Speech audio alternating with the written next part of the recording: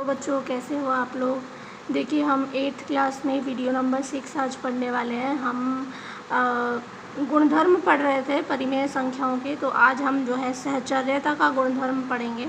ठीक है, सबसे पहले हम योग के लिए गुणधर्म पढ़ लेते हैं सहचर्यता का। योग के लिए क्या नियम है, a+b+c = b+a+b+c। इसका मतलब है कि कोई 3 रेशनल नंबर होंगे तो आप चाहे पीछे के 2 रेशनल नंबर जोड़कर आगे वाले में जोड़ें या आगे वाले 2 जोड़कर पीछे वाले में जोड़ें, जो आंसर होगा, जो आपका मान आएगा वो समान आएगा। ठीक है, ये कहने का मतलब है। तो हम इसे एक एग्जाम्पल के तौर पर देखते हैं, आसानी से हमें समझ आएगा। ए, बी और सी की कुछ वैल्यूज़ मैंने यहाँ पर लिखी हैं। अब हम जो है योग के लिए सहचर्यता तलाशते हैं। इनके लिए देखिए a+b+c ये वाला, ठीक है, आप a b c की वैल्यू रखिए और ब्रैकेट लगा दीजिए कि पहले आप इन दोनों को जोड़ेंगे, और इधर वाले सेक्शन में आप आगे वाले 2 पर ब्रैकेट लगाइए कि आप पहले इन्हें जोड़ेंगे। जोड़ना हमको आता ही है, हमने बहुत बार कर लिया है जोड़ना। 8 और 6 का हम LCM लेंगे, लैसे लेंगे और उसके बाद इन्हें जो है करेंगे काउंट। ठीक है, यहाँ पे 9 आएगा और ये -28। इन दोनों का सम करेंगे जब आप आएगा -19, क्योंकि माइनस की संख्या बड़ी है, फिर 24 नीचे है। अब आप जो रिज़ल्ट आ गया, तो अब आप इन दोनों का जो है इनका सम कीजिए। इनके सम के लिए 4 और 24 का LCM लेंगे तो वो 24 आएगा।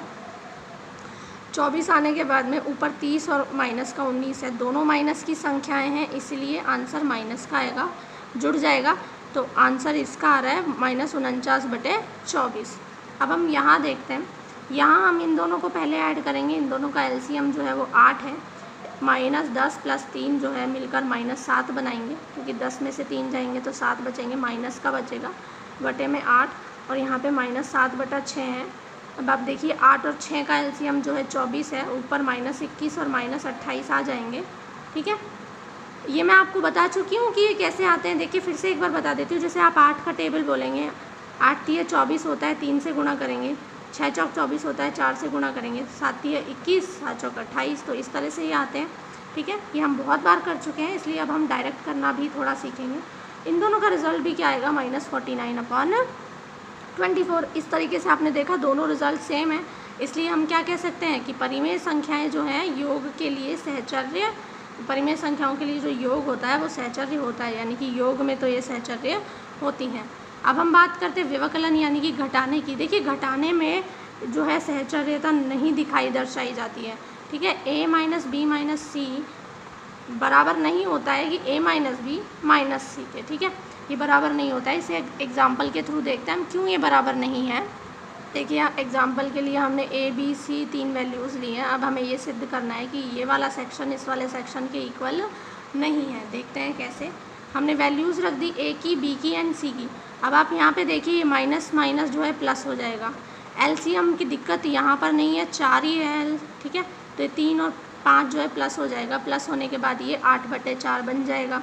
अब आप पहले वाले में से इसे घटाएंगे तो 2 और 4 का जो लैसे होता है वो भी 4 होता है।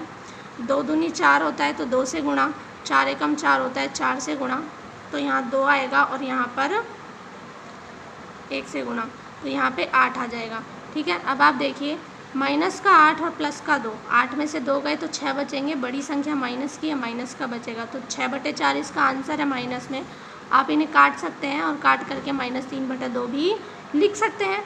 ठीक है, तो ये सेक्शन हुआ। अब हम नेक्स्ट सेक्शन की यहाँ पे बात कर लेते हैं, तो उसमें इन दोनों का पहले LCM हम 4 लेंगे। ठीक है, उसके बाद 2 दूनी 4, 2 से गुणा करेंगे, 4 एकम 4, 1 से गुणा करेंगे, तो यहाँ पे 2 - 3 आ जाएगा। ठीक है, अब आप देखिए 3 में से 2 गए तो 1 बचेंगे। बड़ी संख्या माइनस की है तो हम माइनस लगा देंगे, और उसके बाद में हम -5/4 है, उसको भी माइनस करना है। तो देखिए ये माइनस और ये माइनस तो मिलकर हो जाएंगे प्लस। 4 है तो LCM इसका 4 ही रहेगा। यहाँ पे -1 + 4, तो 5 में से 1 गए तो बचते 4 हैं। प्लस की संख्या बड़ी है तो प्लस आएगा, पर 4 से 4 कट जाएगा तो कितना आ जाएगा, 1। तो देखिए यहाँ पे जो आंसर आ रहा है -3/2 आ रहा है, और यहाँ पे जो आंसर आ रहा है वो 1 आ रहा है। तो इसके लिए हम ये सिद्ध कर चुके हैं कि ये बराबर नहीं होंगे, इसीलिए हम कह रहे हैं कि व्यवकलन के लिए जो है ये सहचर्य नहीं होता है। आई होप क्लियर हो गई है बात कि हमने कहा परिमेय संख्याओं के लिए जो व्यवकलन है वो सहचर्य नहीं होता है। ठीक है, अब हम बात कर लेते हैं गुणा की। गुणन जो संक्रिया है एसोसिएटिव यानी कि सहचर्यता के लिए बहुत ही आसान है। हमें ये सिद्ध करना है कि a गुणा b गुणा c is equals to a गुणा b गुणा c, जिसमें पहले आप चाहे शुरू के दो को गुणा करके फिर